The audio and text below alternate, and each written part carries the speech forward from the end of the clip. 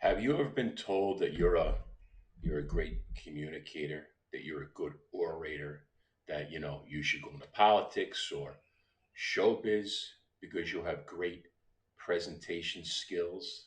Just curious. I I was told that in the past. A couple of times I remember when I said the eulogy at a couple of family members' funerals. The rabbi said I should be a speaker, and when I was bar mitzvahed, when I was 13, of course, well, most people 13, someone walked to my mother and said to my mother, I think your son's going to run for president of the United States one day. Well, here I am, almost good, what is it? I'm losing track of time. Has it been 50 years since my bar mitzvah? 30 plus 50. A little less than 50, 40 and change. And here I am sitting on YouTube speaking to nobody in particular with zero views. So it doesn't always work out that well, but it's quite often a self fulfilling prophecy too. But I guess my point is things are kind of lopsided. That's my point. You could be a gifted orator, you could be a great speaker, you could have great communication skills, whether it's audio or writing or video present, but you could have no audience. Nobody has any interest in seeing you. People just pass you by. You're just like a 3-cent toy that they see when they scroll through social media.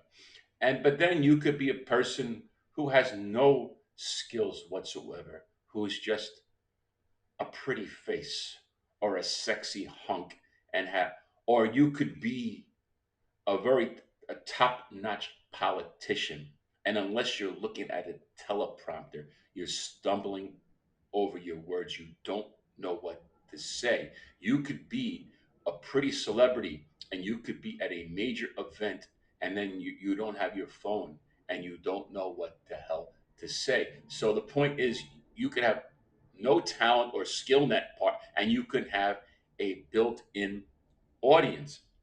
And I'll give another example. Someone who is a gifted speaker, and he actually did become a speaker.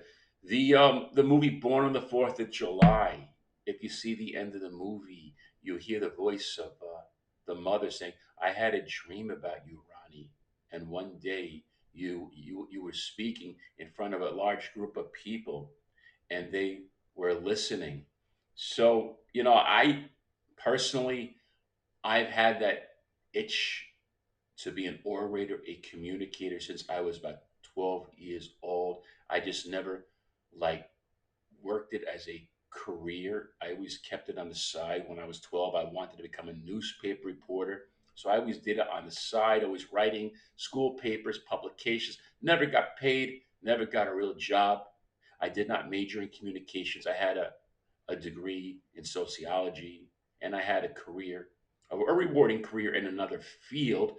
But unfortunately, the only thing I'm qualified to do is that field. I'm retired. I don't want to go back to it. So one of my choices: do that field, work these menial hourly jobs where I'm the bottom of the totem pole and I'm hurting my back. I don't mean to start complaining.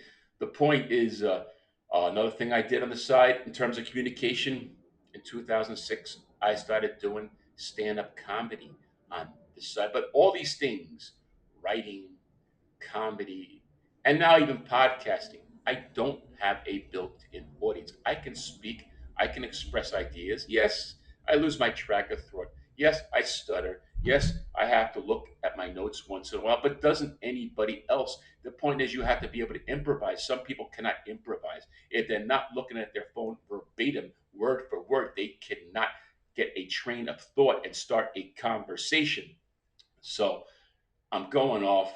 I'm just saying that I kind of gave up on trying to find an audience, but I want to communicate. I want to be, an orator, a narrator, a speaker, a presenter. So I am going to speak as long as I am blessed with a voice, regardless of whether or not people are going to audience me. And that's my piece for the hour.